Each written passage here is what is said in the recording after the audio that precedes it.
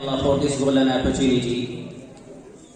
Then I'm very thankful to my honorable guests for being here, especially my teacher, my mentor, my master, Hazrat Maulana Tawqi Sahab Naqshbandi. May he live long and people benefit from him, for having come here after taking a considerable amount of trouble. Last night when I found him and talked to him and tried to contact with him, so I asked her, where are you at the moment? You are not audible. Sir replied me saying that, Brother Zakaria, I have been out of the state for the last 7 or 8 days. I had to attend it many and multiple programs at different places there. So now I'm on the way to Deoband to home. Last night, Hazrat Maulana reached at home very late. And very early morning today, Maulana had to come here and Maulana is in front of you here, mashallah. Jazakumullah khaira. Bismillahir Rahmanir Rahim. Nahmaduhu wa nusalli ala rasulihil kareem amma ba'd. فقد قال الله تبارك وتعالى في القرآن المجيد والفرقان الحميد أعوذ بالله من الشيطان الرجيم بسم الله الرحمن الرحيم والذين جاهدوا فينا لنهدينهم سبلنا وقال الله تبارك وتعالى في موضع آخر ثم أورثنا الكتاب الذين اصطفينا من عبادنا وقال الله تبارك وتعالى في موضع آخر ولكن كونوا ربانيين بما كنتم تعلمون الكتاب وبما كنتم تدرسون صدق الله العظيم. اللهم صل على سيدنا محمد وعلى آل سيدنا محمد وبارك وسلم. Honorable President of today's program, distinguished guests, dignitaries on the stage and off the stage, and my dear students, my dear friends. First of all, I congratulate the management for conducting such a wonderful program. I also express my sincere gratitude to the management, especially to Mufti Muhammad Hamza Sahab and Maulana Mufti Muhammad Zakaria Sahab, the convener of today's program, for inviting me as a chief guest in this elocution competition. Friends, as far as the performances are concerned, I am of the opinion that all performances were above standard. All students really performed well, but there were some students who came with sparkling performances, who put their hearts to give bright performances. They were extremely beautiful with elocution. They did not take unnecessary pauses. They did not speak too fast. They were beautiful, extremely beautiful with their elocution. I would like to just name Siddiqui, Inaya Siddiqui. I am really very much impressed with her performance. So beautiful accent, and the credit for all these beautiful performances goes to the director, to the trainer, and to the convener of this program, Maulana Muhammad Zakaria. He is the master of this elocution. He is the master of phonetics. It is not so easy to train so little children in such a little space of time. He carried all these things on his shoulder. خیر، 2-3 باتیں مجھے اور عرض کرنی ہے. جیسا کہ آپ سمجھ گئے، میں نے جو عرض کیا کہ الحمدللہ سب بچوں نے بہت اچھے طریقے سے پروگرام پیش کیا. اور ان کا پروننسیشن، آرٹیکولیشن، ان کا کانفیڈنس، ان کی فلوئنسی ہر اعتبار سے اسٹینڈرڈ تھی. اور یہ اتنا آسان نہیں ہے. ہم بھی تقریباً 20-25 سال سے ایجوکیشن کے میدان میں ہیں. اللہ کے کرم سے میرا بڑی بڑی کانفرنسز کے اندر جانا ہوا، وہاں بھی میں نے اپنا فیڈ بیک دیا، ریسرچ پیپرز لکھ کے ان کو پیش کیا. تقریباً 10 کتابوں کا الحمدللہ میں انگریزی میں ترجمہ کر چکا ہوں. میں یہ کہنا چاہتا ہوں کہ یہ بچے اتنے کم وقت میں جو اتنے اچھے انداز میں بول رہے ہیں، اس میں مفتی زکریا صاحب کا سارا کریڈٹ ہے. یہ اتنا آسان نہیں ہوتا. 1 سال کے اندر اندر بچے کو اتنے اچھے سے بلوا دینا. میں ممبئی میں بھی رہا ہوں 7-8 سال. میں نے بڑے بڑے پروفیسرز کو بھی دیکھا کہ جب وہ مائک کے سامنے آتے ہیں تو دے ٹریمبل، تو وہ کھڑے نہیں ہو پاتے، اپنے بات اعتماد کے ساتھ جو ہے کہہ نہیں پاتے. اتنی بڑی گیدرنگ کے سامنے، اتنی ہائی ایجوکیٹڈ لوگوں کے سامنے اتنے کانفیڈنس اور اعتماد کے ساتھ بات کرنا یقیناً یہ بہت بڑی بات ہے.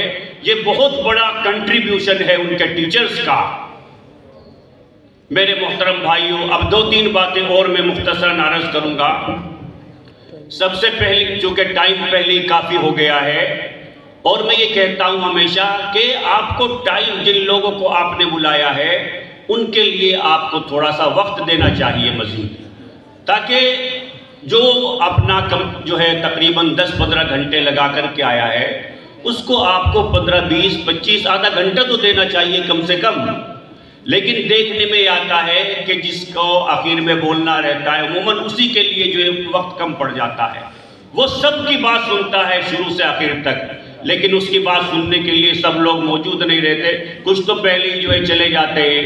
بہت سی باتیں ایسی ہوتی ہے کہ کچھ لوگوں کی باتوں پر کچھ کہنا رہتا ہے، ذمہ داری رہتی ہے، وہ لوگ بھی پہلے چلے جاتے ہیں، ایسا بھی ہوتا ہے. خیر، اس بات کا تو وقت نہیں. میں یہ کہنا چاہوں گا تمام طلباء سے کہ آپ لوگ خوب محنت کریں، محنت کے اندر کوئی کمی نہ کریں. آپ کی جو ہے ٹیچرز یہاں ہیں، آپ کو ایکٹیو گائیڈنس مل رہی ہے. اگر آپ محنت کریں گے، اگر آپ اپنے اوقات کا صحیح طریقے سے استعمال کریں گے تو آپ دنیا کے اندر اسپیشل آدمی بن جائیں گے. میں ایک مثال دوں گا. آئنسٹائن، جس کی سائنس کی دنیا میں اس طریقے سے عزت کرتے ہیں لوگ جیسے ہم علماء کی عزت کرتے ہیں. بچپن میں اس کے بارے میں لکھا ہے کتابوں میں کہ وہ بہت کن ذہن تھا، پڑھنے میں اچھا نہیں تھا، اس کو باتیں سمجھ میں نہیں آتی تھی، اور وہ بس سے جو ہے اسکول جایا کرتا تھا. تو کنڈکٹر کے ساتھ کئی مرتبہ اس کا جھگڑا ہوتا. مثال کے طور پر وہ 10 روپے دیتا، کنڈکٹر 2 روپے رکھ کر کے 8 روپے واپس کرتا. تو پھر وہ کہتا کہ آپ نے کم پیسے دیے ہیں، مجھے زیادہ دینے چاہیے تھے. لیکن کنڈکٹر اس کو بات صحیح سے سمجھاتا تو اس کو بات سمجھ میں آ جاتی کہ میری بات غلط تھی. جب 2-3 مرتبہ ایسا ہوا تو اس نے کہہ دیا کنڈکٹر نے کہ آئنسٹائن تو دنیا میں کیا کرے گا، کیا جھک مارتا ہے اسکول کے اندر جا کر کے، تجھے تو گھٹانا اور جوڑنا بھی نہیں آتا. اس کے بعد اس بچے نے اتنی محنت کی کہ اس نے دنیا کے سامنے تھیوری آف ریلیٹیوٹی پیش کی، جس کی وجہ سے انسان کا چاند کے اوپر جانا آسان ہو گیا. اور آج سائنس کے میدان میں جتنی عزت آئنسٹائن کی جاتی ہے اتنی کسی کی نہیں کی جاتی. اور ایک بات میں مینجمنٹ سے کہنا چاہوں گا، ٹیچرز سے اور ذمہ داران سے کہنا چاہوں گا کہ حدیث میں بھی آتا ہے کہ الناس معادن کمعادن الذهب والفضة، کہ لوگ، یہ تو آج کل ہم لوگ سنتے ہیں کہ یہ نعرہ دیا جا رہا ہے کہ ایوری چائلڈ از اسپیشل. لیکن نبی کریم صلی اللہ علیہ وسلم نے 1400 سال پہلے ارشاد فرما دیا تھا کہ الناس معادن کمعادن الذهب والفضة، یعنی اس کا مطلب ہوتا ہے کہ everyone is special. Let it be a child, let it be a youngster, let it be an old man, everyone is special. کہ ہر مسلمان، ہر انسان جو ہے اسپیشل ہے.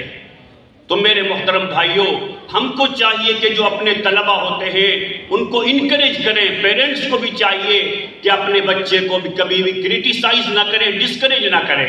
نہیں تو دیکھنے میں آتا ہے کہ بہت سے ماں باپ بھی اپنے بچے کو ڈسکریج کرتے ہیں. ہمیں بچوں کو انکریج کرنا چاہیے، انکریجمنٹ کرنی چاہیے، بچوں کی حوصلہ افزائی کرنی چاہیے. اگر ہم بچوں کی حوصلہ افزائی کریں گے تو بچہ بہت آگے بڑھے گا. میں خود اپنے بارے میں بتاؤں کہ ہم مرکز المعارف میں جانے سے پہلے اسپیچ کے میدان میں نہیں تھے، لیکن وہاں ہم نے 1-2 مرتبہ تقریر کی تو وہاں کے ڈائریکٹر نے کہا کہ آپ تو ہم سے بھی اچھا بولتے ہیں۔ نعوذ باللہ من ذالک، میں تو آج بھی ان سے کبھی بھی اچھا نہیں بول پاؤں گا، لیکن انہوں نے کہا تو ایک حوصلہ ملا، اور اس کے بعد اللہ تبارک و تعالیٰ کے فضل و کرم سے کتنا بھی بڑا مجمع ہو ہم کو کبھی بولنے میں جو ہے کوئی ہچکچاہٹ، کوئی ہیزیٹیشن نہیں ہوا۔ تو میرے محترم بھائیوں، ہمیں بھی بچے کو جو ہے انکریج کرنا چاہیے۔ اس کی میں ایک مثال دیتا ہوں۔ تھامس ایلوا ایڈیسن بہت بڑا سائنٹسٹ گزرا ہے، اس نے بلب بھی ایجاد کیے، بہت ساری انوینشنز اس کی ہے۔ اس کے بارے میں آتا ہے کہ وہ بچپن میں صحیح طریقے سے سوچ نہیں سکتا تھا، مینٹلی ڈسٹرب چائلڈ تھا، ایڈلٹ چائلڈ تھا، کمزور ذہن کا بچہ تھا۔ حتیٰ کہ ایک پرنسپل نے اس کو ایک مرتبہ خط لکھ کر کے دیا کہ یہ خط لے کر کے جاؤ اپنی ماں کر کے دے دو۔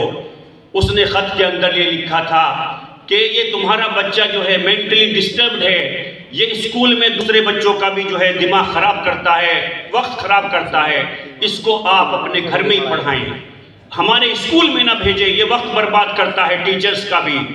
جب اس نے اپنی ماں سے پوچھا کہ ماں اس میں کیا لکھا ہوا ہے، تو اس کی ماں نے کہا کہ بیٹا اس میں لکھا ہوا ہے کہ تمہارا بچہ ایکسٹرا آرڈینری انٹیلیجنٹ ہے، بہت ذہین ہے، جو ہے اسکول کے اندر ایسے ٹیچرز نہیں کہ اس کو پڑھا سکے، آپ چونکہ اس کی ماں ہیں آپ اور زیادہ ذہین ہوگی، آپ اس کو گھر پر پڑھائیں۔ تو تھامس کو اس سے حوصلہ ملا اور اس نے دوسرے اسکول کے اندر داخلہ لیا۔ پھر ایک وقت آیا کہ وہ اتنا بڑا سائنٹسٹ بنا کہ دا جینیس آف دی سینچری بن گیا۔ اس کی ماں کا بھی انتقال ہو گیا، سال ہر سال گزر گئے۔ ایک مرتبہ وہ اپنی لائبریری کی صفائی کر رہا تھا، لائبریری کے اندر کسی کتاب میں اس کو رکھا ہوا چھپا ہوا وہی لیٹر ملا جو 10-20 سال پہلے اس کے پرنسپل نے اس کی ماں کو لکھا تھا۔ تو اس نے خط کو پڑھا، وہ سمجھ گیا کہ خط کے اندر کچھ اور لکھا تھا اور میری ماں نے مجھے کچھ اور بتایا۔ اس کے بارے میں لکھا ہے کہ Thomas Alva Edison cried for hours, کہ وہ گھنٹوں روتا رہا، اور اس کے بعد اس نے اپنی ڈائری کے اندر ایک بات لکھی جو تاریخ کا حصہ بن گئی۔ اس نے لکھا کہ Thomas Alva Edison was an adult child that by a hero mother became the genius of the century. اس نے لکھا کہ تھامس ایلوا ایڈیسن ایک دماغی طور سے معذور بچہ تھا جو ایک عظیم ماں کی وجہ سے صدی کا عظیم ترین انسان بن گیا۔ تو میرے محترم بھائیوں، ہم کو بھی چاہیے کہ محنت میں کبھی پیچھے نہ ہٹے۔ وَأَلَّيْسَ لِلْإِنسَانِ إِلَّا مَا سَعَى مَنْ جَدَّ وَجَدَى مَنْ طَلَبَ الْعُلَا سَهِرَ اللَّيَالِي تَرُومُ الْعِزَّ ثُمَّ تَنَامُ لَيْلًا يَغُوصُ الْبَحْرَ مَنْ طَلَبَ اللَّآلِي۔ جو موتیوں کا طلبگار ہوتا ہے اس کو سمندر کے اندر غوطہ زن ہونا پڑتا ہے۔ تو میرے محترم بھائیوں، جو ہے محنت سے کبھی بھی پیچھے نہ ہٹے۔ اور ایک اور بات یہ ہے کہ قرآن کریم کے اندر اللہ تبارک و تعالیٰ نے ارشاد فرمایا وَأَمَّا مَا يَنْفَعُ النَّاسِ فَيَمْكُثُ فِي الْأَرْضِ، کہ جو بھی نافع چیز ہوتی ہے وہ دنیا کے اندر باقی رہ جاتی ہے، تو نافع بننے کی کوشش کریں۔ جیسے ماشاءاللہ ہمارے مولانا زکریا صاحب ہیں کہ وہ انگلش جو ہے ڈپارٹمنٹ کا نظام بھی دیکھتے ہیں، اور یہ جو عصری تعلیم کا نظام ہے یہ بھی ان کے سپرد کر دیا گیا، اور وہ دونوں کو اچھے طریقے سے دیکھ سکتے ہیں۔ میں جانتا ہوں کہ اللہ تبارک و تعالیٰ جن لوگوں کو صلاحیت دیتا ہے تو وہ بہت سارے کام اچھے سے انجام دیتے ہیں۔ ہمارے بہت سارے ساتھی ہیں جو انگلش میڈیم اسکول چلا رہے ہیں، مولانا مدثر قاسمی ہیں جنہوں نے ہمارے ساتھ مرکز المعارف کے اندر پڑھایا، وہ عربیہ کے اندر الغزالی انٹرنیشنل اسکول چلا رہے ہیں۔ ایسی مولانا طلحہ جمال قاسمی جو ہے کلکتہ کے اندر بہت شاندار اسکول کا نظم چلا رہے ہیں، وہ آئیڈیل بن گئے علاقے کے لیے۔ لوگ ان کو جو ہے ان کے یہاں آ کر کے ان کے نظام کو سیکھنے کی کوشش کرتے ہیں۔ اور ہمارا یہ 2 سال کا جو انگریزی ڈپارٹمنٹ کا نظام ہوتا ہے اس میں ہم انٹر تک کے اسٹینڈرڈ کی جو ہے گرامر بھی پڑھا دیتے ہیں، ٹرانسلیشن بھی اس کے اندر پڑھا دیتے ہیں، ہم اس کے اندر جو ہے ڈیبیٹ بھی کراتے ہیں، پھر کنورسیشن بھی کراتے ہیں، گروپ کنورسیشن بھی کراتے ہیں۔ ہم اس میں جو ہے گروپ ڈسکشن بھی کراتے ہیں، بہت سارے پروگرام اس کے اندر ہوتے ہیں، اور بچہ جو سال تک اس کو پڑھتا ہے اللہ تبارک و تعالیٰ کے فضل و کرم سے وہ ایک اچھا رائٹر بن جاتا ہے، وہ انگلش کے اندر آرٹیکلز بھی لکھ سکتا ہے، ٹرانسلیشن بھی کر سکتا ہے، اور بہت سارے ہمارے جو ہے ڈپارٹمنٹ کے پڑھے ہوئے بچے امریکہ میں بھی ہیں، وہاں امریکہ کے اندر کام کر رہے ہیں، بہت سارے جو ہے انگلش میگزینز نکال رہے ہیں، اس کے ایڈیٹر ہیں، سب ایڈیٹر ہیں، اور بہت سارے جو ہے انگلش میڈیم اسکول چلا رہے ہیں۔ میرے محترم بھائیوں، یہ جو بات کہی جا رہی ہے کہ جو